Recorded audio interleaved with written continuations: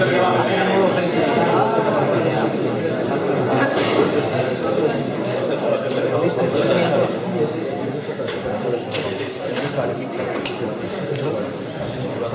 buenas tardes. Gracias a todos por estar aquí presentes para la charla que nos va a dar a continuación el profesor de la escuela, Elías Combaros.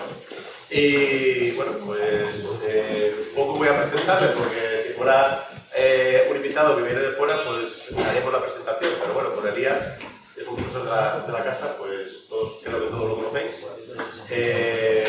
Y aparte de los estudiantes de aquí, con los profesores que estáis, creo que no hay nadie, no sé si hay alguien ajeno a la escuela, pues no haría falta ninguna presentación. Como por el caso, Elías Combaros pues es profesor de la Escuela de Ingeniería Informática, profesor del Departamento de Informática, del área de Ciencias de la Computación y profesor de la asignatura de Computación.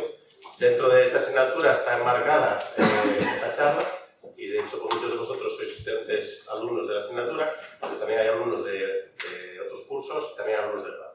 Bueno, pues sin más, os dejo con Elías, que nos va a dar la charla sobre todo lo que quisiera saber sobre la computación cuántica y nunca te debiste de preguntar. Y yo tengo muchas dudas, no sé si me las resolverás todas. Venga, Elías, gracias. Gracias.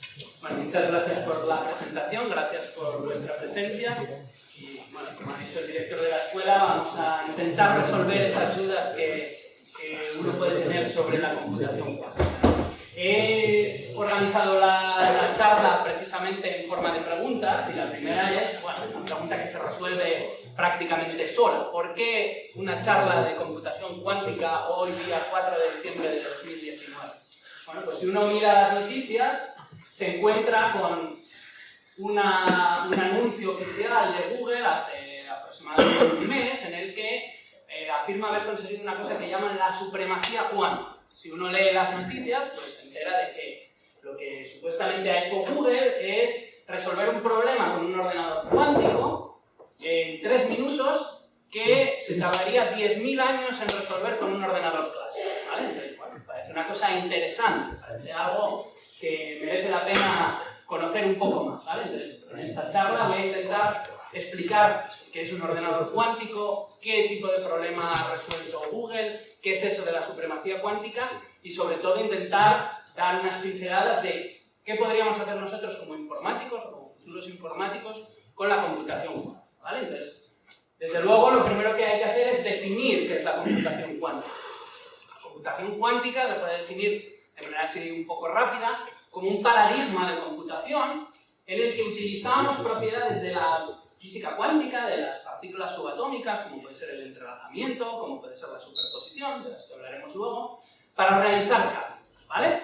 Bueno, es una definición que no nos puede explicar demasiado si no sabemos lo que es la superposición, el entrelazamiento, la interferencia y todo eso. Entonces, como buenos estudiantes de la asignatura de computabilidad, que sois muchos de vosotros, lo interesante aquí es hacer alguna definición matemática, algún modelo matemático que nos explique un poco más qué es eso de la computación cuántica. Entonces, uno podría estudiar, por ejemplo, lo que se conoce como máquinas cuánticas de Turing, que son una extensión de las máquinas de Turing que uno estudia habitualmente, pero que utilizan ese tipo de propiedades, ¿vale? Como este modelo, hay muchos otros, como puede ser el modelo de circuitos cuánticos, que lo tengo aquí en negrita porque es el más importante y el que más se utiliza, pero hay otros modelos, como el modelo basado en medidas, como la computación cuántica diabática, como la computación cuántica topológica, y uno puede estudiar las propiedades que tienen esos modelos de computación. Y si las estudia desde el punto de vista de la computabilidad, pues uno descubre que lo que puede hacer con un ordenador cuántico es lo mismo que podía hacer antes. No vamos a poder resolver, por ejemplo, el problema de la parada, o no vamos a poder resolver otro de esos problemas que un ordenador cuántico, que un ordenador normal es incapaz de resolver. Entonces, ¿cuál es el interés de la computación cuántica? Bueno, pues el interés de la computación cuántica, como la propia noticia de la supremacía cuántica de Google nos podía un poco anticipar, es que hay ciertos problemas que podemos resolver con un ordenador cuántico de manera mucho más rápida que con un ordenador convencional, ¿vale? Una cosa que hay que entender desde el principio, porque es una de las conclusiones más actuales, es que un ordenador cuántico no es simplemente un ordenador que va más rápido que un ordenador normal, pero que ejecuta los mismos programas, ¿vale? Yo podría ejecutar en un ordenador cuántico un programa clásico, un programa que yo escribo para un ordenador clásico, en el lenguaje de programación que sea, pero eso no me va a garantizar que las soluciones las voy a encontrar antes. De hecho, es posible que incluso tarde más, porque el ordenador cuántico funciona de otra manera, es susceptible al ruido, tiene otra serie de problemas, y la tecnología a día de hoy está muy en pañales, ¿vale? Lo interesante de la computación cuántica es utilizar esas propiedades específicas de la física cuántica para desarrollar algoritmos de una manera distinta, para desarrollar algoritmos que no podríamos ejecutar en un ordenador clásico de forma nativa, sin hacer una simulación, ¿vale? Ejemplos de esos tipos de algoritmos son, por ejemplo, los que se utilizan para tareas de búsqueda, como el algoritmo de Grover o los Quantum Walks, el famoso algoritmo de Shor, que nos permite factorizar números en tiempo polinomial y, por tanto, romper sistemas de encriptación como el RSA, como todos estos sistemas que utilizamos pues, para autenticarnos ante servidores y demás, o algoritmos como el algoritmo HCL, que en determinadas condiciones nos permiten solucionar sistemas de ecuaciones lineales de manera mucho más rápida que con un ordenador normal, ¿vale? Y como estos, pues muchos otros algoritmos que uno puede utilizar, pues por ejemplo, para acelerar tareas de machine learning, de aprendizaje automático, de inteligencia artificial, ¿vale? Entonces, la idea es utilizar esas propiedades que tiene el ordenador cuántico para hacer algoritmos de otra manera, ya veréis que va a ser bastante distinto a lo que habitualmente hacemos en programación, y de esa forma intentar acelerar algunas tareas. No todo se puede acelerar, pero sí que hay algunas tareas interesantes, como estas que veis aquí, y otros algoritmos que se están desarrollando, sobre todo lo que concierne a simulación de procesos químicos y físicos, y con eso conseguir una ventaja sobre los ordenadores que utilizamos habitualmente, ¿vale? Con esto podríamos definir una nueva clase de problemas, que son los problemas que el ordenador cuántico es capaz de resolver rápidamente y que tienen una cierta relación con los problemas que estudiamos normalmente en la computación tradicional. Seguramente habéis oído hablar de los problemas de la clase P, de los problemas de la clase NP. Los problemas de la clase P son aquellos que podemos resolver en tiempo polinomial, eficientemente, con un ordenador clásico. Los problemas NP, donde se incluyen muchísimos problemas de optimización, son aquellos que podemos comprobar rápidamente con un ordenador clásico, pero no podemos en general, o no sabemos en general, resolver eficientemente con un ordenador clásico. Los problemas de la clase PQP, que serían los correspondientes a los problemas polinomiales en el caso de los ordenadores cuánticos, incluyen a todos los problemas de la clase P, todo lo que yo pueda hacer eficientemente, lo que pueda hacer en tiempo polinomial con un ordenador clásico, también lo voy a poder hacer con un ordenador cuántico, y también incluyen algunos problemas que creemos que no están incluidos dentro de la clase P. Tenéis que tener en cuenta que esta transparencia, este dibujo, está sujeto a la conjetura de que P no sea igual a NP, algo que creemos que es cierto, pero a día de hoy no sabemos demostrar, ¿vale? Creemos firmemente que es cierto, de hecho, muchos sistemas criptográficos se basan precisamente en esta separación entre P y NP, y en ese caso tendríamos también una separación entre los problemas que tenemos, que podemos resolver eficientemente con un ordenador cuántico, y aquellos que podemos resolver con un ordenador clásico. Aquí, por ejemplo, tendríamos el problema de la factorización, un problema que creemos que no se puede resolver en tiempo polinomial con un ordenador clásico, pero que sí que sabemos resolver con un ordenador cuántico en tiempo polinomial. Otra cosa que a veces uno lee por ahí es que los ordenadores cuánticos serían capaces de resolver problemas NP completos, ¿vale? Eso es algo que creemos que no es posible, no está demostrado tampoco, porque si pudiéramos demostrar eso, separaríamos las clases P y NP, y eso no lo sabemos hacer, pero la mayor parte de la evidencia que tenemos es que los ordenadores cuánticos serían capaces de hacer algo más que los ordenadores clásicos, problemas importantes, problemas interesantes, pero no serían capaces de resolver todos los problemas NP completos. Aún así, es interesante ver qué podemos hacer con estos ordenadores cuánticos y qué problemas podemos intentar resolver de manera mala. Para construir ordenadores cuánticos que sean capaces de implementar estos algoritmos, se están utilizando distintas tecnologías. Hay muchas tecnologías que están compitiendo a día de hoy para construir el ordenador cuántico capaz de ejecutar todos esos algoritmos, y aquí muestro algunas de ellas, no todas, entre las que se destacan, por un lado, los ordenadores basados en circuitos superconductores. Estos son, por ejemplo, los que están usando Google, IBM y otras compañías como Rigetti, ¿vale? Otros ordenadores que se están intentando construir se basan en la tecnología de las trampas de iones. Por ejemplo, Ignacio Tirá, que es el premio Príncipe de Asturias, que quizá conozcáis, pues lleva muchos años trabajando en este tipo de tecnología. Y, por ejemplo, Microsoft está intentando construir lo que se llaman qubits topológicos, que tendrían propiedades especiales que los protegerían frente al ruido. Luego hablaremos de los problemas de los ordenadores cuánticos con el ruido y con los errores. Y estas son algunas de las tecnologías que se están intentando utilizar. Cada una de ellas tiene sus ventajas, tiene sus inconvenientes.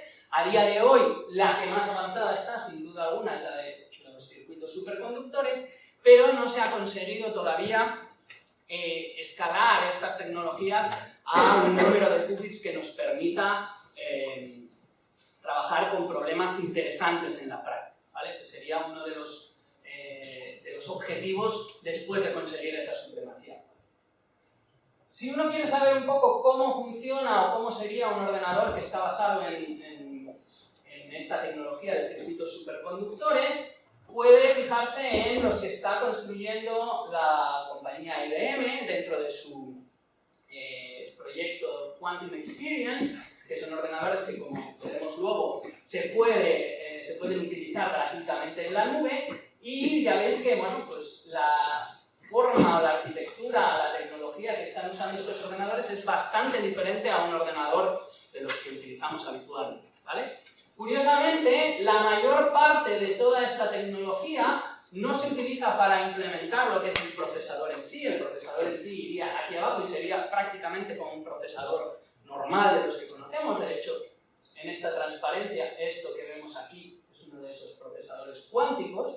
Pero todo este aparato que vemos por encima del procesador es necesario para conseguir una refrigeración que nos conduzca a tener una temperatura en el procesador cercana al cero absoluto. Estamos hablando de temperaturas de milikelvins, ¿vale? Porque los efectos cuánticos que se necesitan para que esos qubits superconductores funcionen como necesitamos para los algoritmos solo se manifiestan a temperaturas muy bajas. Entonces, la mayor parte de todo este aparataje que vemos aquí es para conseguir esa refrigeración, para aislar el ordenador de las influencias exteriores, del ruido, de cualquier tipo de perturbación que pueda alterarlo, y también para hacer el control de este procesador cuántico con ordenadores clásicos, que son los que le dicen las instrucciones que tiene que ejecutar, ¿vale? Pero la mayor parte de todo esto es sobre todo para conseguir esa temperatura de 10 milikelvins, 20 milikelvins, que es la que necesitamos para que el ordenador funcione, ¿vale? Si buscáis en internet, en YouTube, The Sounds of IBM, IBM-Q, pues veréis cómo es este ordenador en un vídeo, cómo funciona, y también oiréis cómo funciona, cómo suena el ordenador cuántico. Es una cosa muy curiosa porque suena con un motor que está funcionando continuamente y que es el que consigue esa refrigeración. Es un tipo de ordenador bastante diferente a lo que estamos habituados, ¿vale? Uno podría preguntarse cómo puede empezar a programar en un ordenador cuántico de este estilo. ¿Me tengo que comprar uno en el MediaMarkt o qué tengo que hacer? ¿Vale?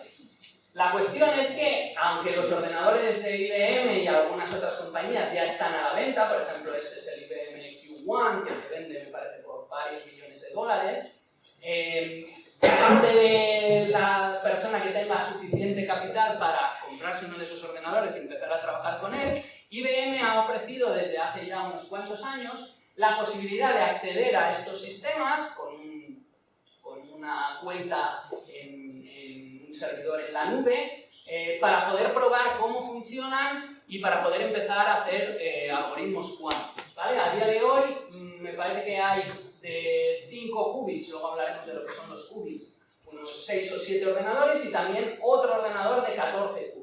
Lo que uno tiene que hacer es simplemente registrarse en esa dirección y con un sistema de créditos renuevan cada día, uno puede ir ejecutando algoritmos en esos ordenadores y ver un poco cómo funcionan. También hay acceso a simuladores cuánticos que nos permiten probar esos algoritmos sin necesidad de ejecutarlos en el ordenador cuántico real para ver cómo serían los resultados. El problema de la simulación cuántica es que, como veremos, solo es capaz de simular ordenadores de un cierto número de qubits, del orden de 40 como mucho, 40 y tantos qubits. A partir de ahí necesitaríamos ya el ordenador cuántico real, porque con un ordenador cuántico, con un ordenador clásico, sería muy difícil simular esos sistemas, ¿vale?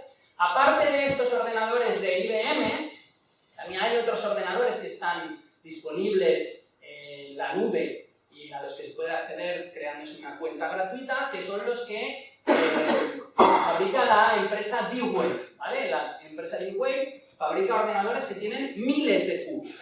Entonces, uno se pregunta cuál es la diferencia con estos ordenadores de IBM que tienen 5, 14 qubits. Eso en principio parece que es muy poco para con los miles de qubits que tienen los ordenadores de D-Wave. La diferencia es que los ordenadores de D-Wave no son ordenadores programables universales. Los ordenadores de IBM y de otras compañías como Google, como Rigetti, son ordenadores que se pueden utilizar para ejecutar cualquier algoritmo cuántico. En cambio, los ordenadores de D-Wave están enfocados a resolver un tipo de problema que se llama Quantum Annealing, que es parecido a algún algoritmo que hay en ordenadores clásicos para hacer optimización, para hacer soluciones aproximadas de problemas de optimización, como el Simulated Annealing. Lo que pasa es que utiliza propiedades cuánticas, ¿vale? Estos ordenadores, en general, no dan solución a problemas como la factorización o como ese tipo de problemas que nos interesa resolver en ordenadores cuánticos, y de hecho hay cierta controversia sobre si realmente ofrecen una aceleración sobre los ordenadores clásicos, ¿vale? Pero bueno, es un tipo de computación que uno puede utilizar de manera heurística para resolver algunos problemas y que también es interesante. Muy bien. Supongamos entonces que uno se ha interesado en empezar a programar en ordenadores cuánticos, se ha registrado en esa cuenta de IBM Quantum Experience y quiere empezar a programar estos ordenadores cuánticos. ¿Qué es lo que debería saber o qué es lo que se puede utilizar para empezar a programar estos ordenadores cuánticos? Bueno, pues a día de hoy hay muchísimos frameworks y lenguajes de programación distintos, casi cada compañía tiene uno distinto. Esta misma semana Amazon anunció que va a poner también en la nube un nuevo sistema con un nuevo framework y un nuevo lenguaje de programación, y todavía no hay un estándar que domine a todos los demás, aunque en realidad todos son bastante parecidos entre sí, porque casi todos ellos están orientados a la especificación de lo que llamamos circuitos cuánticos. Si os acordáis, en las primeras transparencias hablaba de que había distintos modelos de computación cuántica, las máquinas de Turing cuánticas, la computación topológica, la computación adiabática, y el más importante de ellos, porque es el que más se usa en la actualidad, es el de los circuitos cuánticos, ¿vale? Los circuitos cuánticos son circuitos parecidos a los que estudiáis en asignaturas de arquitectura de ordenadores, de fundamentos de computadores y demás, en los que hay una serie de puertas lógicas que nos permiten realizar operaciones. Hablaré un poco más de ello, ¿vale?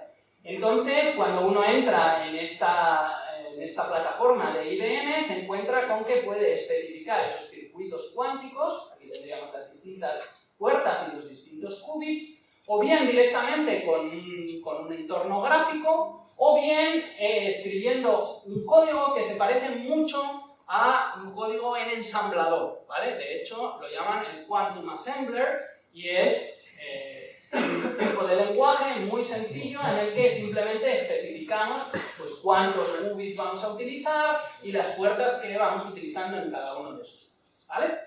La diferencia con programar un ordenador clásico es que ya no tenemos todas esas herramientas y no tenemos toda esa teoría, no tenemos esa metodología, no tenemos todos esos recursos que tenemos en el caso de la programación tradicional. Aquí hay que directamente trabajar con el circuito, ¿vale? Y entonces necesitamos conocer cuáles son los fundamentos físicos y matemáticos de todos esos elementos que vamos a estar manejando, ¿vale? Entonces, para eso necesitamos hacer una transformación de lo que habitualmente manejamos en un lenguaje de programación de los que estáis habituados a utilizar y pensar un poco a nivel más abstracto.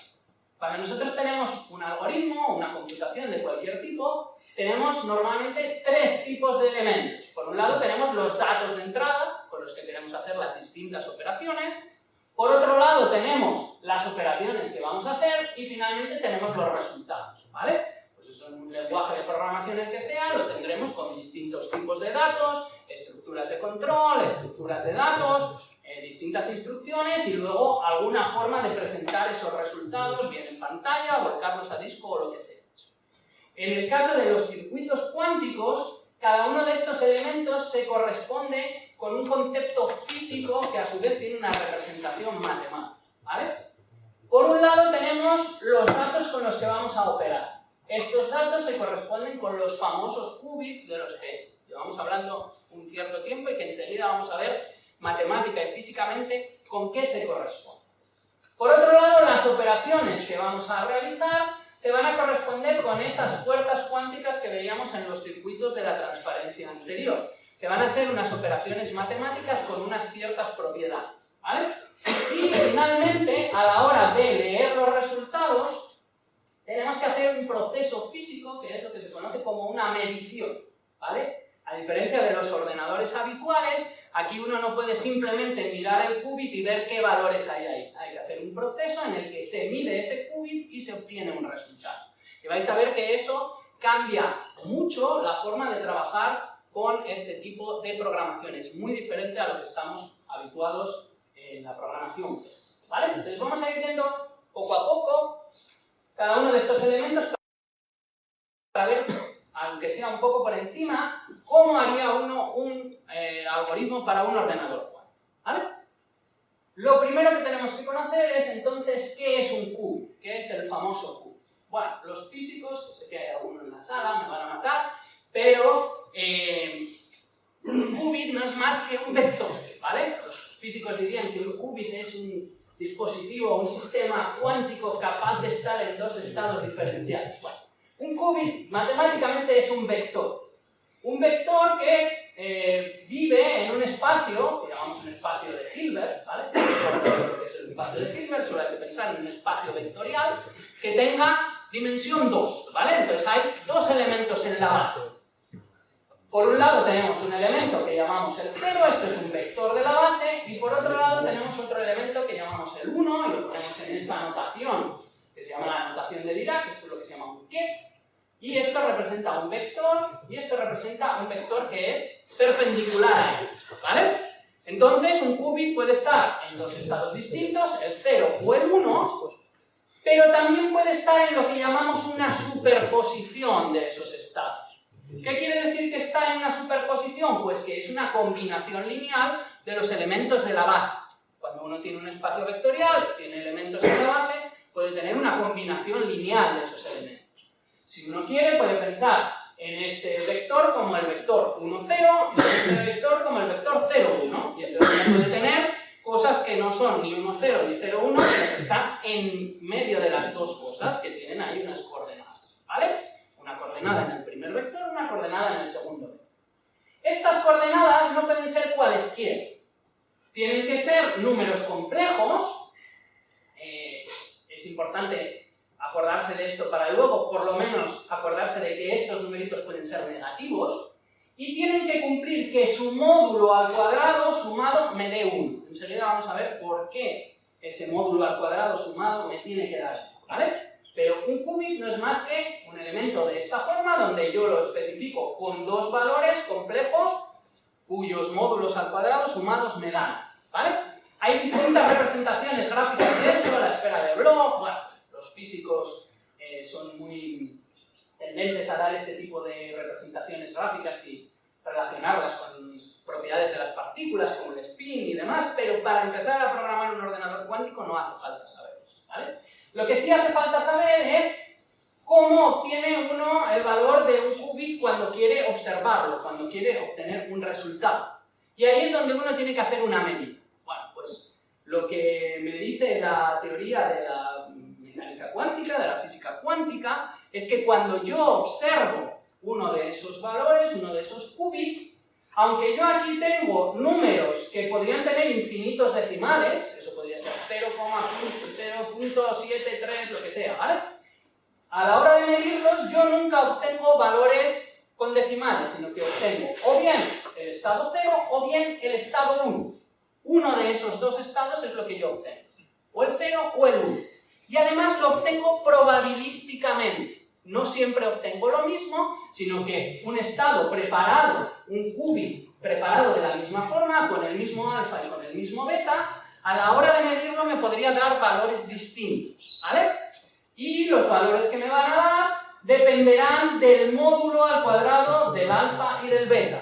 Tendré una probabilidad módulo al cuadrado de alfa de obtener el 0 y una probabilidad módulo al cuadrado de beta de obtener el 1. Por eso exigíamos antes que alfa al cuadrado más beta al cuadrado fuese 1, ¿vale? Porque son probabilidades, tienen que sumar 1. O bien obtengo el 0 o bien obtengo el 1, ¿vale?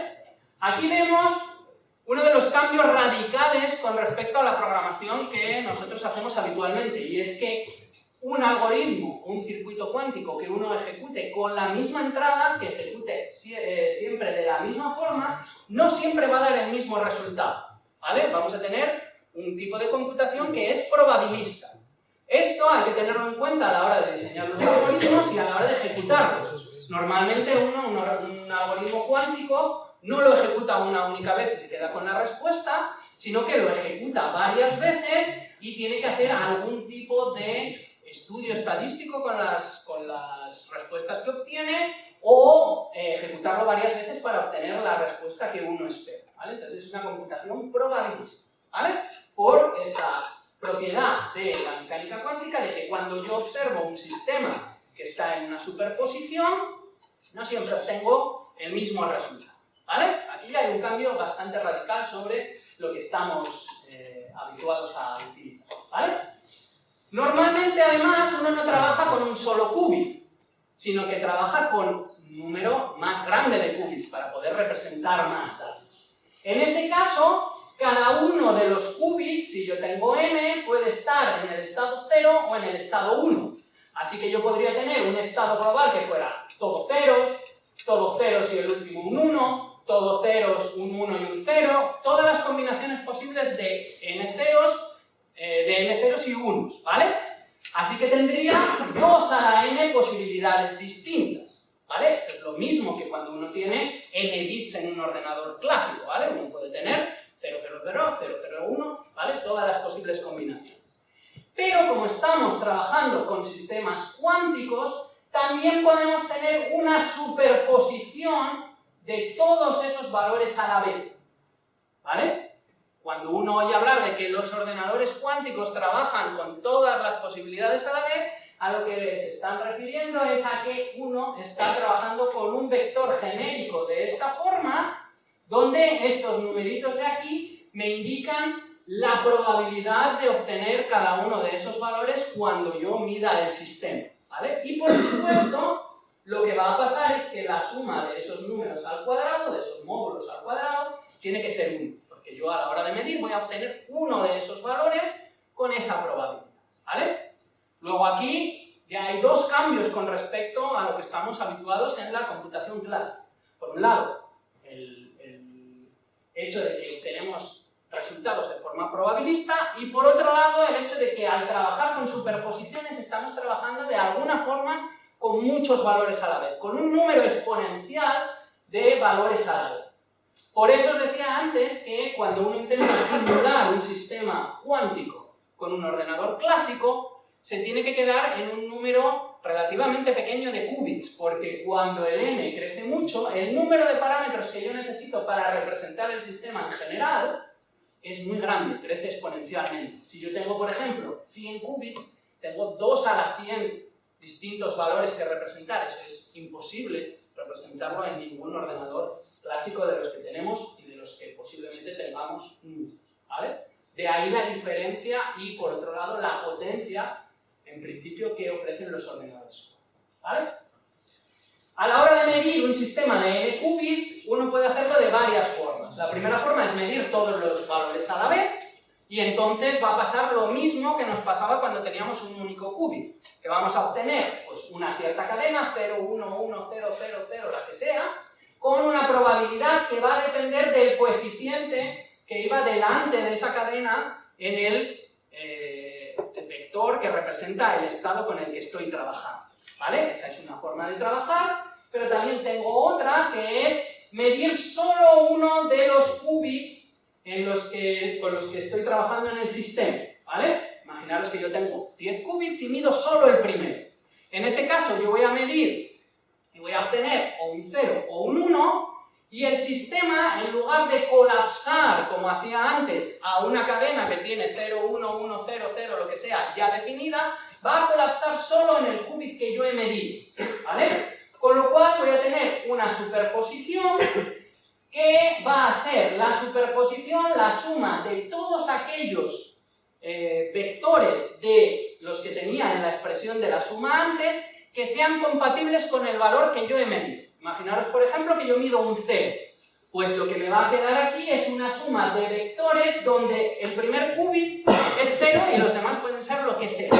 ¿Vale? Eso es lo que puede suceder cuando yo mido un qubit. Si mido un 1, entonces lo que va a suceder es que voy a tener una suma donde el primer valor es un 1 y los otros serán la suma de todos los otros casos que yo tenía en el estado original. ¿Vale? Y además tengo que dividir por este valor de aquí tan feo para garantizar que luego la suma de todos estos numeritos siga siendo 1 y eso siga siendo una probabilidad. ¿Vale? Como veis, esto ya empieza a ser un poco diferente de lo que estamos habituados, pero esa es la forma en la que uno puede construir algoritmos que superan de alguna forma a los algoritmos. ¿Vale? Esto con respecto a los datos de entrada, que son los qubits, y con respecto a cómo obtener los resultados con las mediciones. Pero nos queda hablar, voy a saltarme esto, de las operaciones que uno puede hacer a la hora de transformar esos datos. Bueno, aquí tenemos esta ecuación tan maravillosa que se llama la ecuación de Schrödinger, que es la que rige los sistemas cuánticos cuando uno no hace una medida. ¿Vale? Esta ecuación, que uno la puede resolver en función de esta expresión de aquí, que es lo que se llama hamiltoniano del sistema, resulta que es una ecuación lineal que me dice que las operaciones que yo puedo hacer a la hora de transformar esos vectores son operaciones lineales, es decir, multiplicaciones por matrices que cumplen una condición que llamamos unitariedad. Básicamente lo que estamos exigiendo es que cuando yo hago una transformación del sistema, las probabilidades sigan sumando 1. Para que eso se cumpla, la matriz de la transformación, la matriz por la que yo multiplico el vector, tiene que ser una matriz que multiplicada por la conjugada transpuesta, es decir, hago la transpuesta y conjugo los números complejos, me tiene que dar la identidad. ¿Vale? Eso es lo que me garantiza que cuando yo multiplique el vector por esta matriz, voy a seguir teniendo un estado cuántico válido, un estado cuántico cuyas probabilidades suman 1. ¿Vale? Si uno estudia este tipo de matrices, pues se da cuenta de que hay un montón de ellas, pero a la hora de trabajar con los circuitos cuánticos, hay algunas que son muy importantes y que son las que uno tiene que conocer. ¿Vale? Por ejemplo, cuando uno trabaja con un único qubit, tenemos esta puerta de aquí que se llama la puerta o operación cuántica no, la puerta X. Lo que hace esta matriz de aquí, si os dais cuenta, si yo la multiplico aquí por el 1, 0, es cambiarme el 1, 0 en el 0, 1. Y si la multiplico por el 0, 1, me cambia el 0, 1 en el 1, 0. Es decir, me lleva el vector 0 en el vector 1 y el vector 1 en el vector 0. Por eso lo llamamos la puerta NOT, porque hace una NOT. La diferencia que hay con las puertas NOT clásicas es que esta puerta NOT yo la puedo aplicar no solo sobre el 0 y el 1, sino también sobre una superposición. También sobre algo que sea un poco 0 y un poco 1, ¿vale? Esta va a ser una puerta muy importante. Otra puerta muy importante de un qubit es lo que llamamos la puerta de Hadamard, la puerta H, que lo que hace es transformar el 1,0 en un qubit que es la mitad 0 y la mitad 1. Hace una superposición del 0 y el 1, ¿vale? Esta es una puerta que se usa para poder trabajar con superposiciones. Por otro lado tenemos una puerta que es menos importante que las otras, o menos mencionada, o menos famosa que las otras, que es la puerta de fase, pero luego veréis para qué la necesitamos.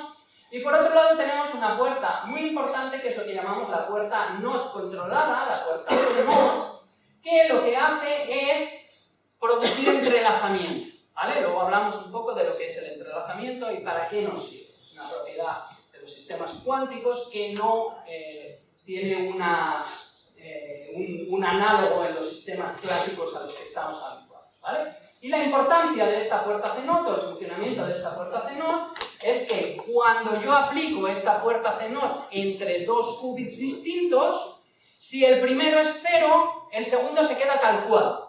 Pero si el primero es un 1, el segundo cambia de 0 a 1 o de 1 a 0. Por eso lo llamamos una puerta CNOT, una puerta NOT controlada.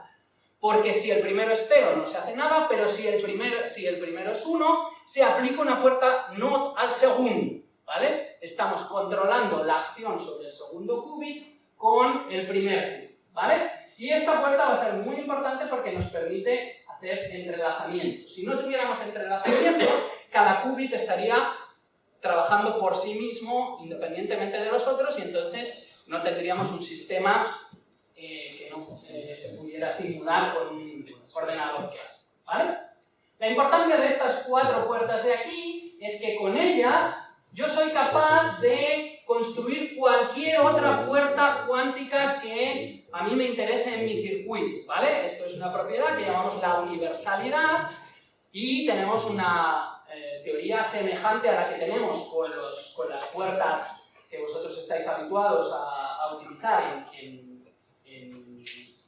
lógica digital, ¿vale? Donde tenemos, por ejemplo, la puerta NAND que nos permite generar todas las demás puertas. Bueno, pues en este caso uno puede trabajar simplemente con esas 4 puertas de la transparencia anterior y aproximar tanto como quiera cualquier otra puerta que uno necesite a la hora de trabajar.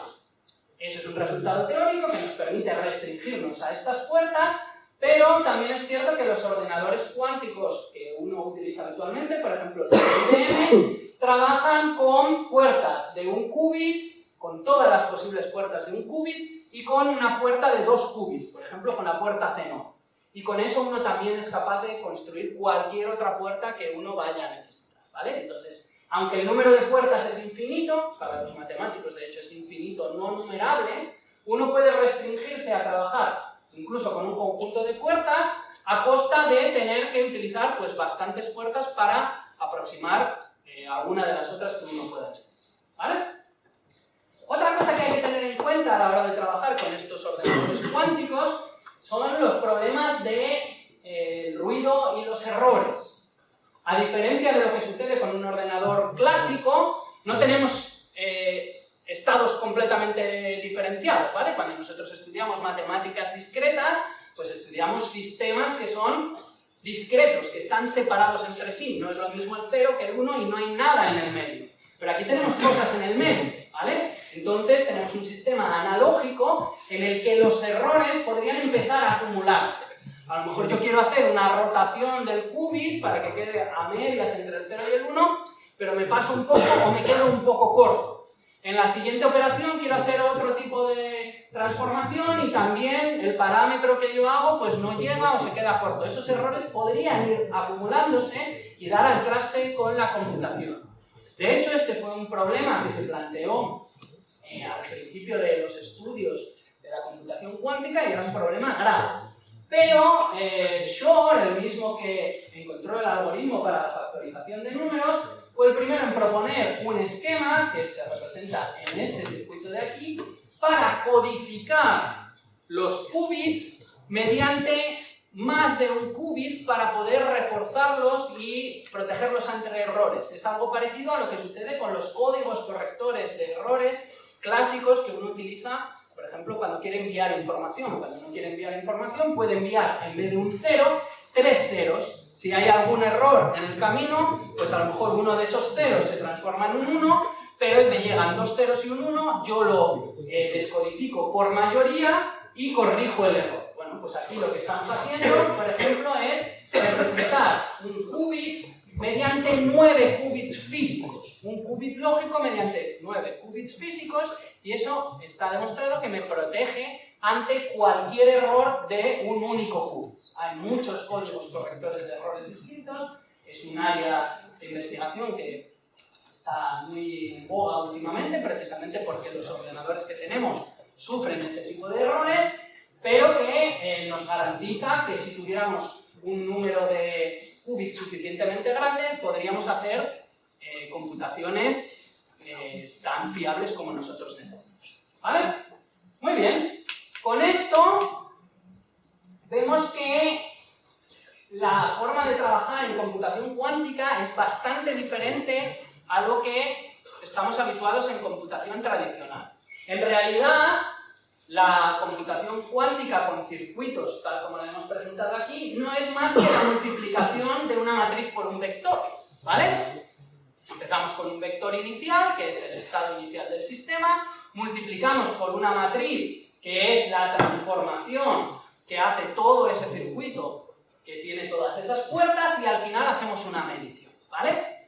Pero, al hacer esa medición, nos damos cuenta de que no siempre obtenemos el mismo valor, tenemos una computación probabilista.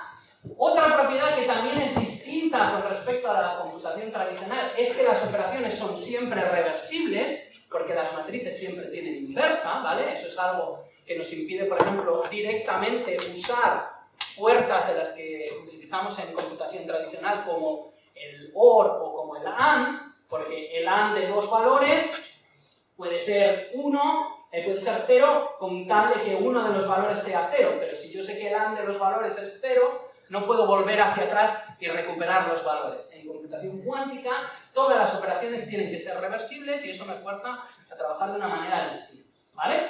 Por otro lado, gran parte de la potencia que tiene la computación cuántica viene de lo que llamamos el paralelismo cuántico, que no es más que el hecho de que yo trabajo con 2 a la n coeficientes a la vez, con 2 a la n vectores a la vez, ¿vale?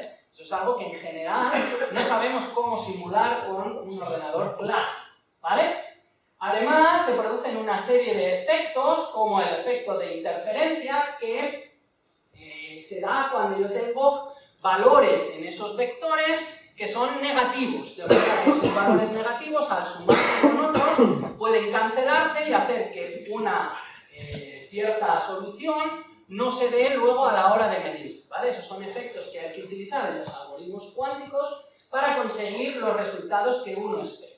Además, también podemos crear entrelazamiento, que es el proceso de crear un sistema que ya no depende únicamente de los valores de cada uno de los constituyentes, sino que tiene una serie de coeficientes que dependen del estado global y que no se puede tampoco reproducir con sistemas clásicos, ¿vale? Y otra cosa que es también bastante chocante cuando uno empieza a trabajar con computación cuántica es que uno no puede copiar información. Hay un teorema que es bastante sencillo de demostrar, que se llama el teorema de no clonación, que me impide reproducir un qubit del que yo no sé el valor en general en otro qubit distinto que sea independiente, ¿vale? Entonces, si uno quisiera, por ejemplo, hacer una computación, guardar el valor y luego medirlo muchas veces,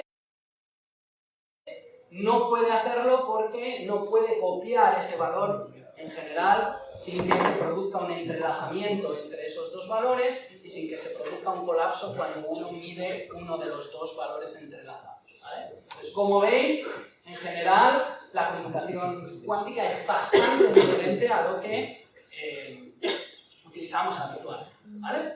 Pero precisamente esas propiedades que tiene la computación cuántica son las que nos permiten hacer algoritmos que no podríamos hacer en un ordenador clásico de manera eficiente, ¿vale?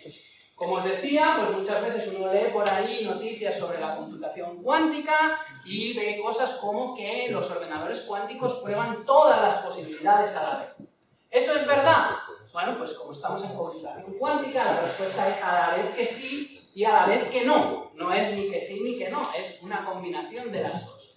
Sí que es verdad que uno puede trabajar con muchos valores a la vez, uno podría trabajarlo con lo que se llama un oráculo, que no es más que una forma de representar el valor que le da a uno una función que quiere evaluar de manera reversible y trabajar con todos los valores de esa función a la vez. Uno puede hacer una superposición del estado inicial en todos los valores, utilizando las puertas de Hadamard, y luego utilizar el oráculo para conseguir que en el ordenador estén representadas a la vez todas las evaluaciones de la función, con una sola llamada a la función. El problema de esto, bueno, creo que os van a pasar por ahí, para los que sois de computabilidad, una hoja de asistencia. Bueno, pues uno tendría todas las evaluaciones de la función representadas a la vez y estaría trabajando con ellas en el ordenador, pero el problema de esto, ¿cuál es? Que uno tiene este estado de aquí y cuando uno quiere recuperar información de ese estado de ahí, ¿qué tiene que hacer? Tiene que medir el estado. Pero cuando uno mide el estado, obtiene uno solo de esos valores. Aquí abajo, obtiene uno solo de esos valores y además de forma aleatoria. ¿Vale? Con lo cual, uno ha conseguido, sí, tener por un momento en el ordenador cuántico todas las evaluaciones de esa función. Imaginaos, por ejemplo, que uno quiere resolver un problema que es NP completo, como el saber si una función booleana devuelve un 1 para alguna entrada, el problema de satisfactibilidad, y uno tiene ahí el 1 en algún sitio, si es que existe. Pero a la hora de medir, nadie le garantiza que lo que le vaya a salir ahí sea el 1. Dependerá del número de soluciones que haya con 0 y el número de soluciones que haya con 1. ¿Vale? Con lo cual, estamos haciendo paralelismo cuántico, pero a la hora de medir, perdemos esa ventaja. ¿Qué es lo que tenemos que hacer? Pues lo que tenemos que hacer es utilizar propiedades de interferencia. Conseguir con las transformaciones que hacemos en nuestros circuitos cuánticos que las probabilidades de las soluciones que a nosotros no nos interesan se resten unas con otras y se anulen, ¿vale? De manera que luego a la hora de medir, la probabilidad de obtener una solución mala sea muy pequeña y la probabilidad de obtener una solución buena sea grande, ¿vale? Eso en general es difícil de hacer, tan difícil que el número de algoritmos cuánticos que utilizan este tipo de propiedades que conocemos a día de hoy es muy pequeño, es muy reducido, ¿vale? Y es bastante difícil desarrollar un nuevo algoritmo cuántico. Pero es algo que sí se puede hacer y que sabemos hacer en algunos casos importantes e interesantes. Por ejemplo, uno de ellos es el algoritmo que mencionaba al principio, el algoritmo de Grover. El algoritmo de Grover me permite hacer búsquedas en listas no ordenadas. Imaginad que nosotros tenemos una lista muy grande de valores y queremos buscar uno en concreto que cumple una cierta propiedad. Imaginad, por ejemplo, que es una lista de registros de clientes y queremos buscar el que tiene un cierto número de teléfonos, pero no tenemos la lista ordenada por teléfonos. Con un ordenador clásico, ¿qué tendríamos que hacer? Pues lo que tendríamos que hacer es empezar a buscar por el primero de la lista, ir comparando y rezar para tener suerte y encontrarlo rápido. Pero en el peor caso tendríamos que mirar todos los elementos de la lista. Tendríamos una complejidad O de n, ¿verdad? Donde n es el tamaño de la lista. El algoritmo de Grover nos permite encontrar con alta probabilidad, en computación cuántica nunca podemos hablar, o casi nunca podemos hablar de que el algoritmo nos va a dar siempre la respuesta correcta, pero con alta probabilidad nos va a dar la respuesta que buscamos en un tiempo que es raíz de n. Tenemos una ganancia cuadrática con respecto al ordenador clásico. Si tuviéramos una lista de 1.000.000 de registros, con el ordenador clásico tendríamos que mirar en media 500.000 para tener una probabilidad alta de encontrarlo, con el ordenador cuántico nos bastaría con 1000, ¿vale? Es una ganancia bastante considerable. No voy a entrar en los detalles porque ya no me queda mucho tiempo, pero sí quiero hablar un poco del algoritmo de Shor. El algoritmo de Shor nos ofrece todavía una ganancia mayor, ¿vale? El algoritmo de Shor es un algoritmo que nos sirve para factorizar números, para encontrar factores de números naturales. Eso en principio podría parecer que es una cosa que solo les interesa a los matemáticos, pero como sabéis, los sistemas criptográficos como el famoso RSA están basados precisamente en la dificultad de encontrar factores de números que sean muy grandes, ¿vale? De hecho, el mejor algoritmo que nosotros conocemos, clásico, que es capaz de factorizar números naturales, de encontrar factores en números naturales, tiene un comportamiento que es prácticamente exponencial, ¿vale? Si yo aumento en 1 el número de bits, pues se multiplica la dificultad casi por 2, ¿vale?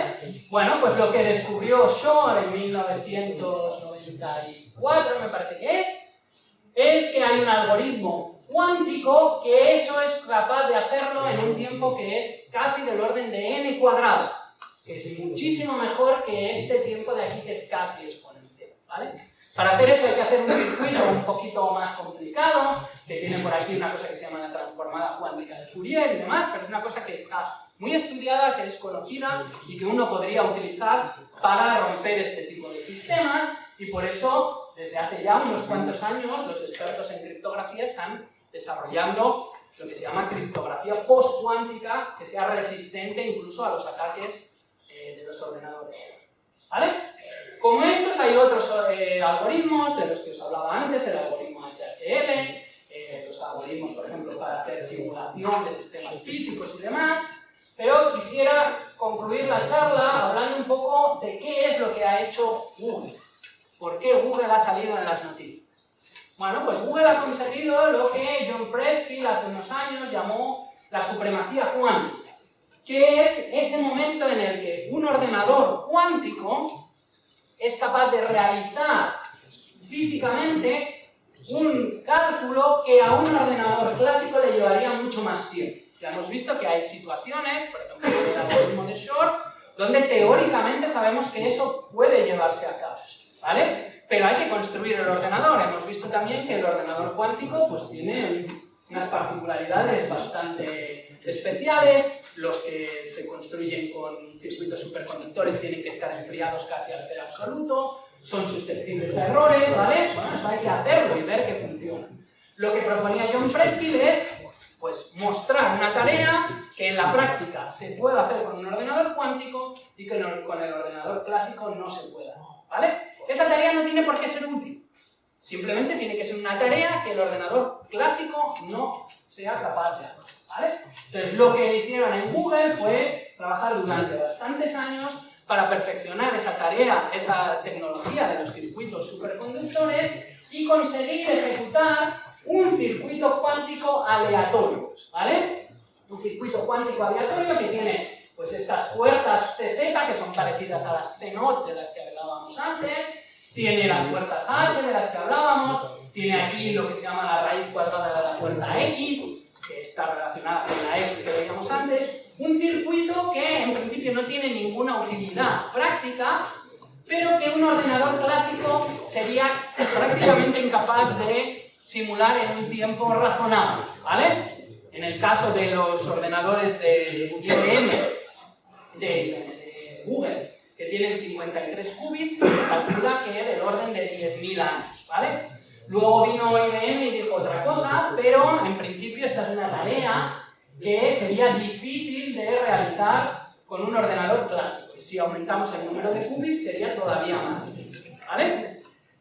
Como digo, luego IBM, o unos días antes incluso de que Google hiciera el anuncio oficial, encontró un hueco, una forma de simular esos sistemas únicamente en 2 días de cómputo con un ordenador, con un superordenador de bastantes miles de cores y con no sé cuántos petabytes de disco duro, ¿vale?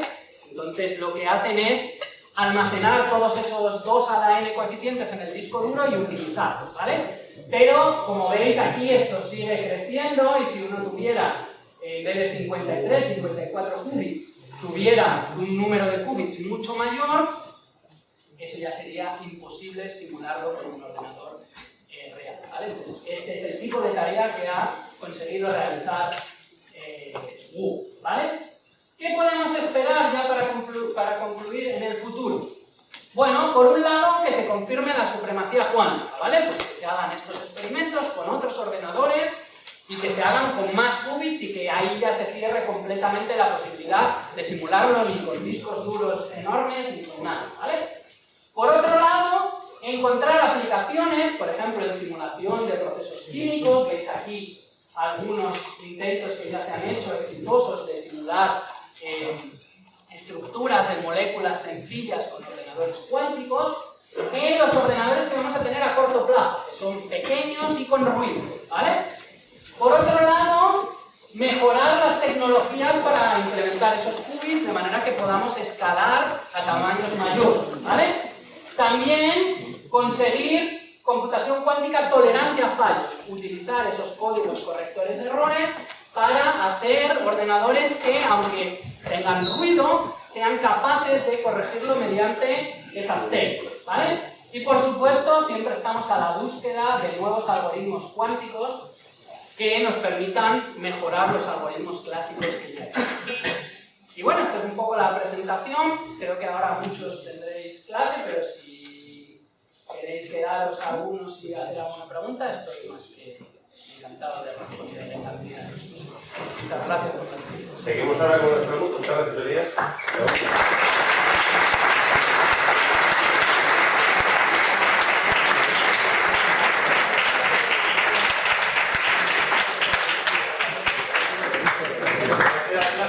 Esperad un segundo que os voy a pasar la hoja ahí arriba y firmáis, el resto esperáis, si no tenéis clase podéis esperar 5 minutos, os paso la hoja por aquí y luego si queréis quedaros ahora a continuación para hacer preguntas o si el día nos quiere añadir alguna cosa más, pues nos vamos a quedar aquí.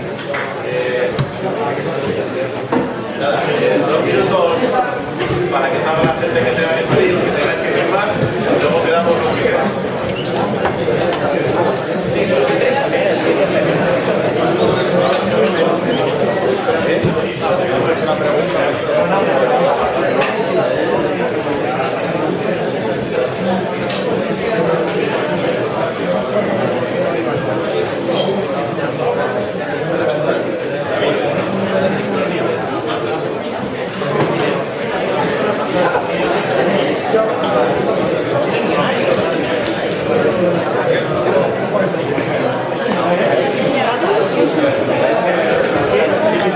¿Este peñazo o peñazo?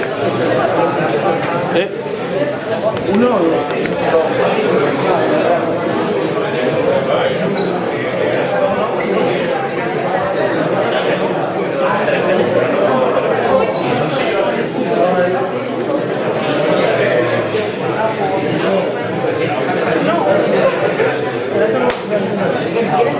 Tienes más de 2.000 euros, tienes bastante más de 2.000 euros, tienes 2.000 euros por 6 motivos. Tienes 2.000 euros, o sea, pones 2.000 euros por el cuarto y tienes 6 euros. Sí, lo has dicho, literalmente. Voy a mirar la cuenta de mano. A ver, la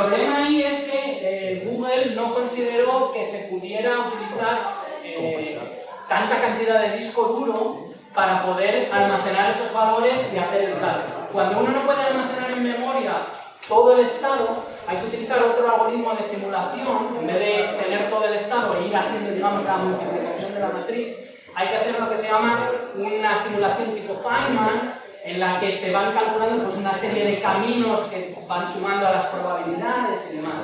Y para eso es lo que estima Google, que tardaría 10.000 años. ¿Vale? Entonces, lo que dice IBM es que, bueno, si lo hacemos con el método habitual y metemos el vector en el disco duro, pues entonces, calculando que el tiempo de acceso al disco duro es tanto y que tendríamos que hacer tantas operaciones y no sé qué, pues en 2 días lo podríamos hacer, ¿vale? Pero no lo han hecho. ¿Está en revisión? Bueno, pues está publicado, no sé si se publicará una nota de corrección a eso, no lo sé. Pero lo que está claro es que, bueno, si uno aumenta el número de qubits un poco más allá, si te das cuenta, este crecimiento que hay aquí es prácticamente del doble o más, de 53 a 54. Luego, sí que hay un crecimiento exponencial incluso con este método. Si uno tuviera 70 qubits, pues esto estaría multiplicado por 2 a la 16. Con lo cual ya, suponiendo que uno tuviera un disco duro 2 a la 16 veces más grande, ¿vale? Entonces se considera aceptado ya. En ese sentido, sí. Hay gente que sí y hay gente que no, ¿vale? Los de IBM, evidentemente no. ¿Por qué? Porque ellos tienen otro ordenador de 53 qubits con el que querían haber conseguido esa supremacía cuántica antes. Si lo hubieran hecho ellos, igual no hubieran sacado esta norma, ¿vale? Pero lo que está claro es que, bueno, con un poco de mejora sobre la tecnología, uno podría aumentar un poco este número de qubits y entonces, ¿qué va a hacer uno? ¿Seguir aumentando el disco duro hasta tener exabytes? No parece razonable, ¿vale? Pero sí que hay cierta controversia en eso, no es universalmente aceptado que se haya conseguido la superioridad. Y de todas formas es una tarea que no es útil en la práctica, es simplemente simular una cosa aleatoria que no tiene por qué tener ninguna función específica, pero que no se podría hacer con un ordenador normal, ¿vale? Entendiendo como normal algo que no tenga 25 petabytes de disco duro en un tiempo razonable. Incluso, aunque uno tenga ese disco duro, estamos hablando de 2 días frente a 3 minutos. Sí. En esto de la computación cuántica existe algo parecido a la ley de Moore a la hora de que se va doblando todo por el mundo. Hay una ley que se llama la ley de Lee, que es uno de los investigadores, yo no sé si es de Microsoft o de Google, que lo que dice es que el aumento de la capacidad de cómputo de los ordenadores cuánticos es doble exponencial. ¿Por qué? Porque se sigue una ley parecida a la de Moore en cuanto al número de qubits, pero cada qubit me multiplica por 2 las capacidades de cálculo. Entonces, de ahí se habla de una ley doble exponencial. ¿Hasta qué punto eso es una cosa oportunista para que figure el nombre ahí en esa ley o es algo real? Lo tendremos que ver con el tiempo, pero sí que se han formulado. Porque aquí no existe la problemática de integración, o sea... Hay una problemática muy grande, porque la mayor parte de estas tecnologías que tenemos aquí escalan muy mal. Por ejemplo, la de los iones atrapados es una de las primeras tecnologías que se empezó a utilizar y tiene una ventaja muy grande, y es que se puede mantener la coherencia de los estados durante más tiempo. Y además se pueden entrelazar todos los qubits unos con otros, ¿vale? Sin necesidad de que estén cerca. En los circuitos superconductores, por eso en este tipo de circuitos se tienen puertas de entrelazamiento que van primero en esta dirección y luego en la otra, primero en esta dirección y luego en la otra, para conseguir entrelazar todos con todos. Yo no puedo entrelazar este qubit de aquí con uno de aquí abajo. En las trampas de iones sí lo podría hacer, ¿vale? Sí que hay una posibilidad de entrelazar directamente qubits que no están cerca. Pero, a cambio de esa ventaja, tenemos el inconveniente de que es muy difícil escalar. No se han conseguido trampas de iones con más de 10, me parece que el récord está en 14 qubits, una cosa así, ¿vale? Entonces, cada tecnología tiene sus dificultades. Y una de ellas, desde luego, es el hecho de que escala muy mal.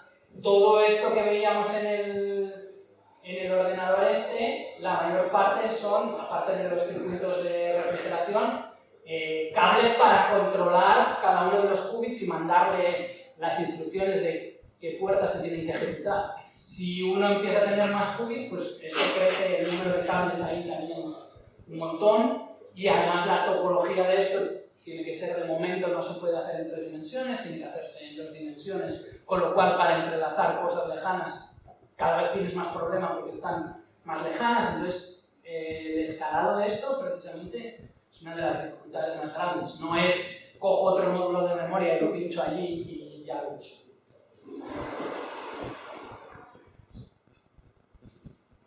¿Alguna pregunta más? Preguntas, bueno, yo cientos. Por ejemplo, para refrigerar eso, esa máquina que se vende, decías, ¿de qué fabricante era? El último que tenías. Bueno, aquí hay esto lo fabrica una empresa, me parece que es de Suecia,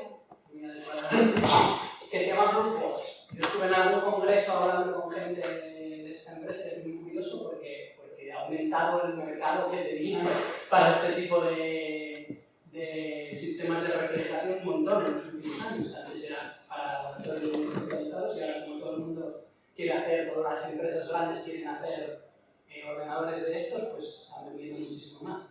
Y lo hacen, bueno, no sé si hay otras compañías, pero esa que se llama Blue Fox está especializada en eso y andan por todos los congresos de publicación. Porque para conseguir casi el absoluto en condiciones ambientales normales, el consumo energético... Claro, el consumo energético de esto es enorme. ¿No? El consumo energético de esto es enorme. Otra cosa es que se cree que cuando esto escale, si uno ya tiene una tecnología que funcione razonablemente bien con miles de qubits, hacer cálculos en un ordenador normal llevarían millones de años, aquí se haría en poco tiempo, entonces sí consumen mucha potencia durante ese tiempo, pero es que tienes que dividir entre la escala, entre esos segundos o minutos que tarda y los millones de años que tardaría en resolverse con un ordenador normal, ¿vale? Entonces, ahí sí que hay bastantes propuestas de utilizar este tipo de tecnologías para ahorrar energía, no porque esto sea más económico que un ordenador normal, sino porque con lo que ganas en el tiempo de ejecución sí que ahorras energía. Luego, el anuncio de que Google iba a anunciar la superioridad cuántica se hizo bastante tiempo antes. Y IBM también lo pretendía. ¿Por qué se anuncia eso y se tarda tanto? Porque tú al final, cuando tienes el experimento preparado, lo lanzas y será cuestión de poco tiempo. ¿De tiempo de ejecución? Sí, de ejecución. A ver, ellos estuvieron mucho tiempo calibrando los sistemas para que eso funcionara. Luego, una vez que funcionara, ya la cosa... El experimento en sí del cálculo sería cuestión de poco. Lo que pasa es que ese experimento lo hicieron muchas veces hasta que encontraron las condiciones sobre estos circuitos que les permitieran afirmar que esto clásicamente no se puede... Pero la pregunta es... ¿Por qué te anuncia con tanta antelación que vas a conseguir? Eso se filtró. O sea, bueno, ya se sabía, en la comunidad ya se sabía. Porque tú no lo quieres, yo lo escribo, cuando lo tenga diseñado, lo hará. Si quiera puedo hacer la publicación, anunciarlo, lo puedo hacer en un día, 5 días, 10 días. Y estaba semanas antes. Sí, el artículo estaba bajo revisión. Estaba sometido a Nature y ya se sabía que, bueno, más o menos la cosa iba a ir para adelante y alguien lo filtró mientras estaba en revisión. O sea, que ya se había hecho el experimento y fue después de la publicación. Sí, el artículo que se dio, porque además estaba cacheado por ahí en varios sitios, era prácticamente el mismo que luego se publicó, salvo algunas modificaciones que pidieron los revisores, y lo que pasa es que se filtró en el tiempo entre que se envió a la revista y se publicó. Los revisores no son de este. De todas formas, en la comunidad ya se sabía que si no era este año, era el siguiente. ¿no? O sea, se sabía que Google y IBM estaban ahí y que en cualquier momento lo iban a anunciar. No fue una sorpresa. Luego la parte comercial de todo esto.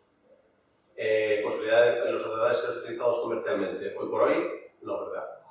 A día de hoy es imposible utilizar estos ordenadores para resolver tareas útiles en la práctica. Yo veo todos los días noticias de gente que dice que lo está usando. La más reciente, Volkswagen va a utilizar el tráfico de Lisboa con un ordenador de los adiabáticos de D-Wave. Bueno, quisiera ver. Yo he usado esos ordenadores y no te valen para resolver el problema de la mochila con 7 objetos para utilizar el tráfico de Lisboa. Va a ser que no. Lo que pasa es que hay mucho hype, hay mucha campaña de marketing y el decir que una empresa está trabajando en cosas cuánticas vende mucho. O sea, nosotros nos han contactado empresas para preguntar un poco cómo va esto y tal, entras en su página web y ya tienen una página web de trabajamos con computación cuántica. ¿Para qué nos preguntáis si ya lo tenéis? Entonces, se vende mucho humo en este sentido. ¿Vale? Mucho. Otra cosa es que de repente haya un cambio radical en las tecnologías, que se encuentre una forma de hacer estos qubits que sea fiable, que sea escalable, y entonces los algoritmos que hay se pueden empezar a utilizar. Es un caso en el que, curiosamente, se tiene la aplicación antes de tener la tecnología, ¿vale? Pero a día de hoy, conseguir resultados medianamente razonables, incluso con esos ordenadores pequeños, es difícil. Es un arte en sí mismo. O sea, tú no puedes hacer el circuito que te sale en los libros, ejecutarlo en esos ordenadores y esperar que aquello dé el resultado correcto. Hay que hacer optimizaciones, bueno, creo que algunos de los presentes saben algo también de eso. Y es un arte en sí mismo. Ahí yo creo que además va a haber bastante investigación en los próximos años, y es un tipo de investigación que se puede hacer desde los conocimientos clásicos, digamos, con técnicas de inteligencia artificial, de optimización y demás, para reducir el tamaño de esos circuitos, para hacer reducciones que permitan utilizar puertas que dan menos error, cosas de ese estilo, ¿vale? Pero a día de hoy, yo veo todos los días noticias y digo, imposible. O sea, no es verdad. Luego lees muchos artículos, se simuló no sé qué, no sé cuánto, entras y es con 3 qubits, con 4, con cosas así. Y ahora el trabajo ahora mismo en los ordenadores cuánticos es un trabajo muy artesanal, de programar el algoritmo, programarlo en un lenguaje de muy bajo nivel. ¿Hay algo de trabajo en diseñar sistemas intermedios de lenguajes de medio nivel, a nivel de lenguaje, y sistemas o herramientas para automatizar todo el proceso de interacción con...? Sí, hay mucho en ese sentido, y además se está avanzando bastante. Por ejemplo, de estas que yo ponía aquí, Qiskit, que es la que usa IBM, esta avanza muchísimo. Cada poco tiempo hacen una nueva versión y incorporan cosas nuevas. Forest de Rigetti también tiene algunas cosas, ¿vale? Lo que pasa es que el problema es que no hay una metodología de la computación cuántica como hay una metodología de la programación tradicional. Y además yo considero que es difícil que la haya en cierto sentido, porque al fin y al cabo la metodología de la programación se basa en modularizar cosas y hacer cosas independientes. Aquí el problema es que no puedes hacer cosas independientes de manera sencilla, porque para obtener un resultado tienes que medir y entonces pierdes la coherencia del sistema. Entonces, lo que se hace es implementar algoritmos conocidos, pues el de Shor, el de Grover, algoritmos de optimización o algoritmos de simulación, y si tu problema encaja con uno de esos casos de uso tal cual, entonces ya hay un algoritmo programado para eso, lo más seguro. Pero si no, tienes que saber cómo funciona por dentro y saber modificarlo.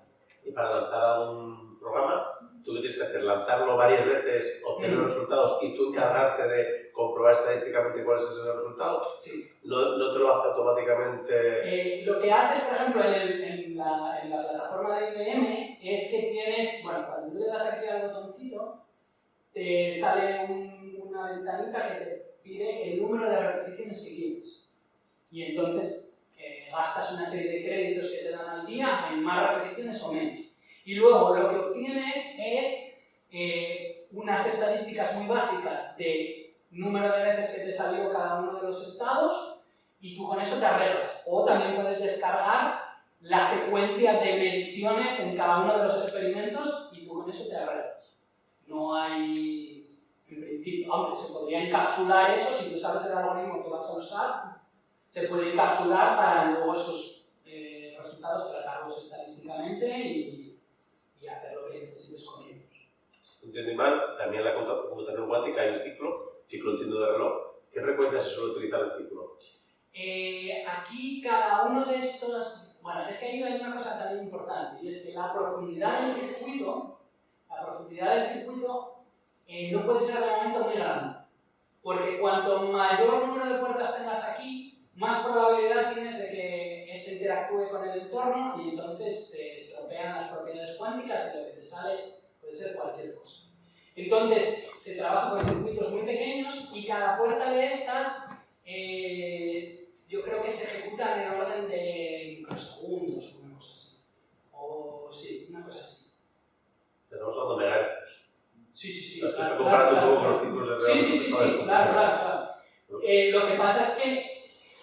donde hay que estudiar la complejidad sintáctica de los procesos. Entonces se calcula que, por ejemplo, un algoritmo como el algoritmo de Shor, para factorizar números, teniendo el número de qubits suficientes y que el ordenador sea resistente a errores y todo eso, que el algoritmo de Shor podría ejecutar en unas pocas horas la factorización de un número que en un ordenador clásico llevaría millones de años, ¿vale? Entonces, la ventaja se empieza a ver con tamaños grandes, pero claro, entonces este número de puertas que tenemos aquí crece muchísimo. Y para llegar a eso se tendría que avanzar bastante en la tecnología. De todas formas, lo que va a importar no va a ser tanto la frecuencia de reloj como el hecho de poder ejecutar con tolerancia a fallos algoritmos de ese estilo que nos dan una ganancia exponencial con respecto a los clásicos. Por ejemplo, a lo mejor el algoritmo de Grover, aunque te dé una ganancia cuadrática, por lo que pierdes en las constantes ocultas que hay ahí en la notación asintótica y en la frecuencia de reloj, pues a lo mejor el tamaño en el que te empieza a interesar ejecutarlo es tan grande que no es práctico. Entonces, la esperanza de esto es en sistemas en los que el algoritmo clásico crece exponencialmente. Por ejemplo, en simulación de sistemas físicos, necesitas un número de parámetros que crece exponencialmente con el número de partículas que estás manejando, pero esos parámetros están implícitos en los propios qubits que tú estás usando. Usas una representación del sistema cuántico en el sistema de qubits. Y entonces tu tamaño crece linealmente en el ordenador cuántico, mientras que en el ordenador clásico crecería exponencialmente. Entonces es más cuestión de esa diferencia entre lo polinómico y lo exponencial que realmente de la frecuencia de error. Bueno, yo no sé si Acaparo, si alguien quiere preguntar, no sé. Otra cosa, criptografía. ¿Ah?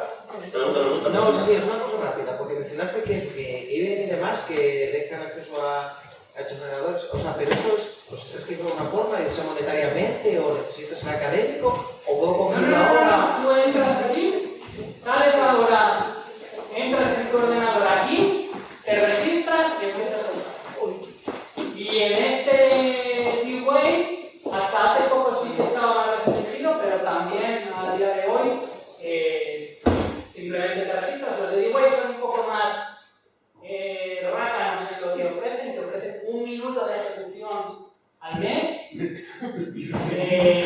que claro, parece muy poco, pero cada experimento tarda microsegundos, ¿vale? Entonces, bueno, te da para hacer unos cuantos experimentos.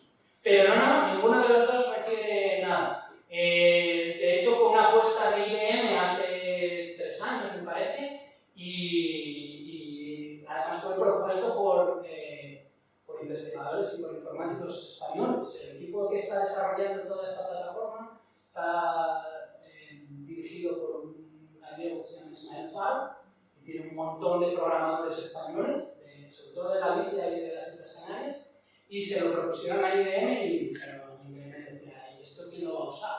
Bueno, pues ha crecido un montón el número de usuarios gracias a esa apuesta y yo creo que es lo que ha lanzado a D-Wave, a Amazon, a Microsoft, que también anunció hace poco que iba a poner una plataforma de este estilo, a lanzarlo como una cosa gratuita. No sé si Amazon va a cobrar o no, Microsoft tampoco lo sé, pero bueno, que hay movimientos en ese sentido y la verdad que es una herramienta súper interesante.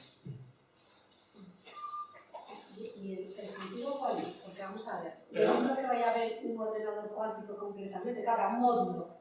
¿No? Esto la idea es que se use como una federada. Un coprocesador, ¿no? Sí, como un coprocesador, donde tú delegas en el ordenador cuántico las tareas que el ordenador cuántico hacería. Por ejemplo, a mí no sé si puedo contarlo, pero en el algoritmo de Shor hay una serie de pasos, solo uno, que es este de aquí, el 4, solo uno se hace en el ordenador cuántico, todo lo demás se hace en el ordenador clásico.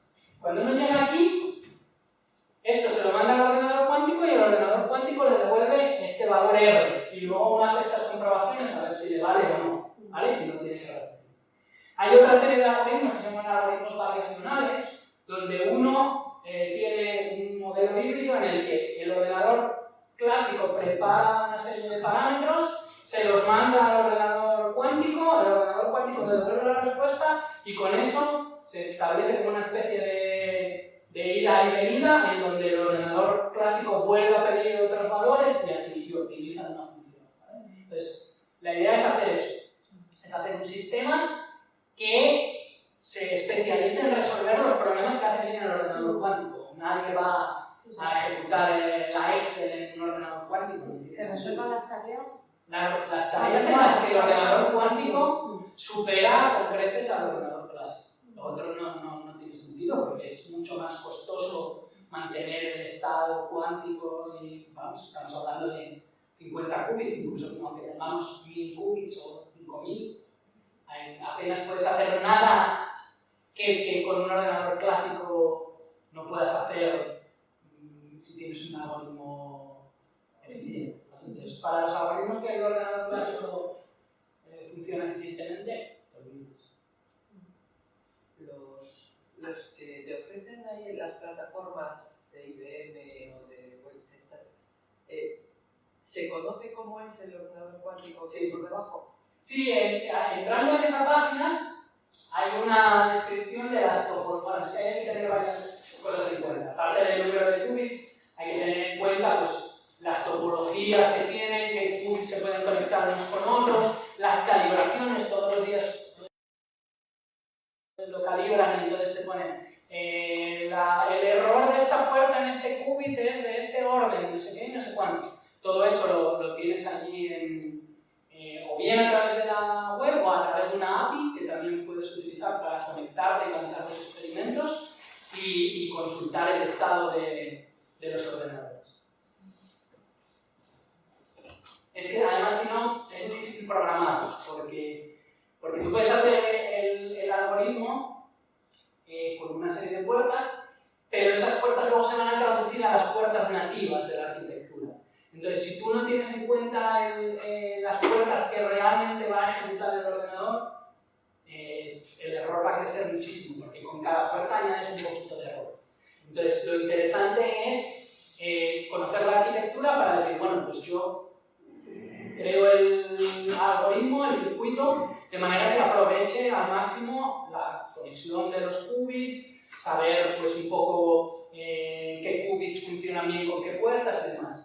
En la plataforma esta, o en el framework este de Qiskit, las últimas versiones han introducido parámetros de optimización.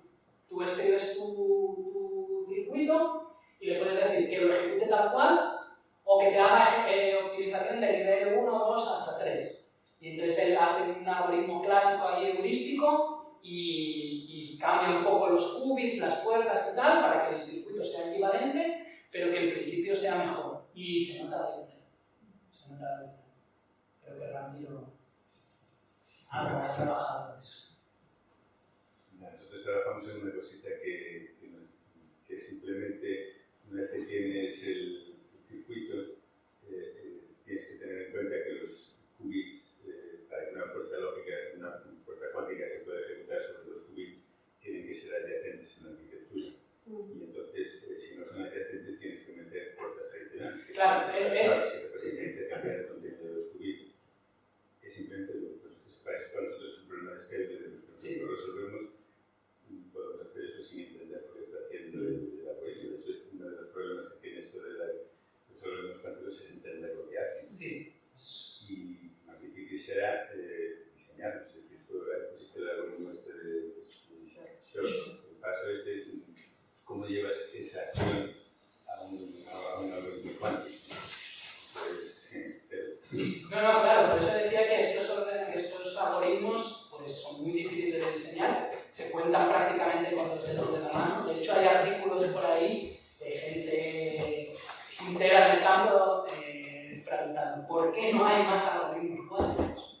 Y la verdad es que es muy difícil diseñarlos y, por ejemplo, nosotros en lo que trabajamos es en adaptar los que hay a casos concretos, ¿no? A decir, bueno, pues yo tengo este problema, ¿cómo lo puedo resolver? Pues puedo coger este algoritmo, modificarlo, coger esta otra idea de este y hacer un cambio para que funcione. Pero inventar un algoritmo cuántico nuevo que resuelva un problema que antes no se sabía resolver, eso está al alcance de muy muy pocos elegidos, ¿vale? Entonces, la idea que tuvo Shor de utilizar esto, aunque se basaba en desarrollos previos, es una idea de un genio, o sea, no es una obra de cualquiera. Y en cuanto a las optimizaciones, precisamente esos cambios con los swaps y demás para poder entrelazar bits cercanos es una de las cosas que hace el Qiskit por debajo a la hora de optimizar. Porque luego puedes ver el circuito que tú lanzaste y el circuito que él ejecutó de verdad. Y ver la diferencia entre uno y otro, y ver el número de puertas, esas cosas. Claro, porque el sistema tiene que tener un módulo que al final tenga todas las puertas SHA que necesite Sí. propio.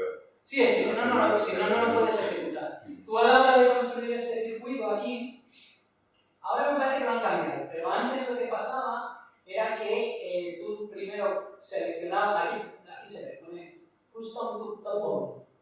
Eso quiere decir que yo puedo poner aquí las puertas donde me dé la gana, pero se podía seleccionar en la topología del ordenador no sé cuál. Y entonces a la hora de poner las puertas, si intentabas ponerlas en qubits que no se podían, no te dejaba. ¿Vale? Pero lo que sí que puedes hacer aquí es tú poner las puertas que quieras y luego decir que te lo optimice para una topología concreta. O que te lo transforme a menos para que se pueda ejecutar. ¿Qué sistema operativo utilizan estos ordenadores? Y no tiene sistema operativo. El sistema operativo es ejecutar estas puertas. O sea, por eso necesitas todo este control aquí. Porque realmente esto aquí lo que tiene es los circuitos superconductores y las puertas estas se implementan por lo que se llaman pulsos. Se le mandan microondas y entonces una puerta es mandar una microonda de la frecuencia no sé cuántos durante no sé cuánto tiempo al qubit no sé qué. ¿Vale? Entonces, esto se traduce en esos pulsos en el ordenador clásico. Es como programar una secuencia de acciones que se tienen que hacer. Y esto es lo que se manda luego a ejecutar aquí. ¿Vale? Entonces, por eso necesitas este sistema de control. Pero ahí no se está ejecutando nada continuamente. Solo se ejecuta un circuito en un momento dado, dura un tiempo muy corto, y el siguiente, y el siguiente, y el siguiente. ¿Se está utilizando para criptografía? ¿Algoritmos concretos que hay de criptografía que se están usando? A ver, no. Por el mismo motivo de lo de antes. De eso nos enteraremos cuando se empiece a utilizar. Bueno, más que se está usando, se sospecha que se está utilizando o existen algoritmos para poder descifrar algoritmos criptográficos. A ver, para el algoritmo de Shor, creo que lo tengo por aquí. No. Bueno, se ve aquí, si no a lo mejor en el... Vale. Aquí iría el número de bits, el número de qubits del número que quieres actualizar. Y aquí estos son qubits auxiliares que necesitas para hacer cálculos intermedios. El número de estos qubits que se necesita es del orden de 2 por n. O sea que necesitas más o menos 3n qubits, hablando así un poco por encima, ¿vale? Entonces, si quieres factorizar algo que no se pueda factorizar en un ordenador normal, estamos hablando a lo mejor de 2000 bits, una clave de RSA de 2048 o algo de eso, necesitas 6000 qubits, 6000, ¿vale? Suponiendo que todos son perfectos. Los códigos correctores de errores que se proponen para este tipo de algoritmos que necesitan coherencia completa de todo y que no haya ningún problema y demás, son del orden de 1000 qubits lógicos por 1000 qubits físicos por cada qubit lógico. O sea, estamos hablando de 6 millones de qubits, ¿vale? Bueno, ¿puede la tía tener un ordenador cuántico de 6 millones de qubits del que nadie sabe nada? Hombre, por poder. Pero es muy improbable, ¿vale? Entonces... ¿Posibilidad de fragmentar partes para hacer? No. ¿De dividir esto en partes más pequeñas? No. Atacar el problema de la criptografía de números por partes para poder... En principio se cree que no. Casi todas las demostraciones de fortaleza de los sistemas criptográficos son suponiendo que P no es probablemente, o que tal problema es duro, o esas cosas. A ver, eso no hay certeza matemática, pero no se cree que se pueda hacer. Lo que sí que es verdad es que relacionado con la computación cuántica, tenemos la criptografía cuántica. Y eso sí que va bastante más avanzado que la computación cuántica. Porque es más sencillo de implementar al requerir solo trabajar con 1 o 2 qubits. Se necesita a lo mejor para algunos protocolos tener qubits entrelazados, pero solo 2.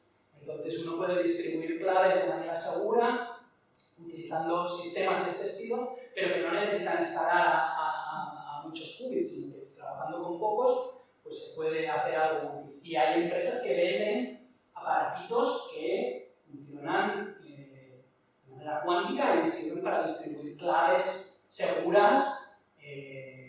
Funciona de manera cuántica el aparatito. Sí, claro. Que tiene capacidad de computación cuántica. No, lo que tiene capacidad es de generar estados en superposición y generar estados entrelazados.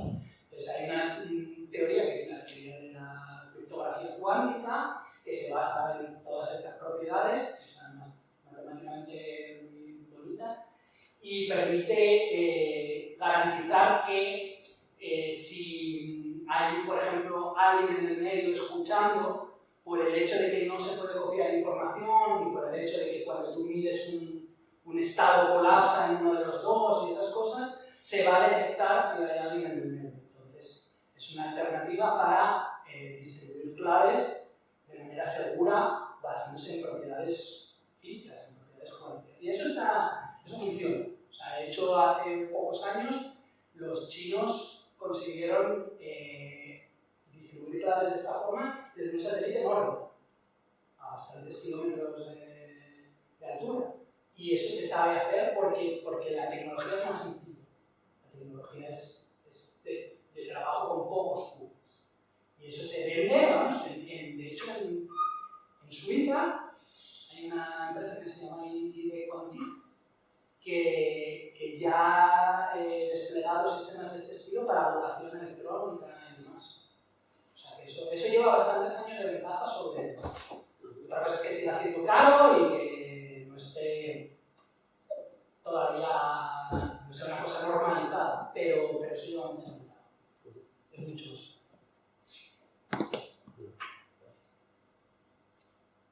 No, ninguna pregunta. Bueno, pues nada, muchas gracias. Muchísimas gracias. Y nada, mañana repetidos. Yo puedo saber. Mañana